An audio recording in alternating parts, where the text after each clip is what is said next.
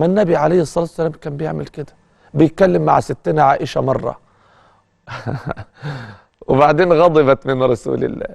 شوفوا بقى النبي عليه الصلاة والسلام، وبعدين هو بيحاول يقنعها يا حضرات، ما اقتنعتش.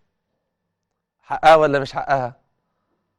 استنى، هو انت بتتكلم عن النبي كنبي عليه الصلاة والسلام، ولا بتتكلم عن النبي دلوقتي كزوج؟ زوج بيتكلم مع زوجته مش مقتنعة وغضبانة. بعدين طب هو بيقول لها طب خلاص، هي مش قادر يعني، بيقنعها بوجهة نظره، هي مش مقتنعة. ده أمنا عائشة. فقال لها طب خلاص، ترضي مين يحكم؟ ايه رأيك نجيب حكم ما بيني وما بينك؟ نجيب مين؟ نجيب ابو بكر ابوكي؟ قالت له انا ارضى بحكمه.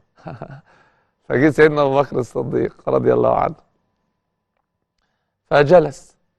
يلا خير خير، بعتولي في حاجة؟ فالنبي بيقول لستنا عائشة تتكلمي ولا اتكلم؟ قالت له اتكلم انت. اقول ولا تقول انت؟ قول انت.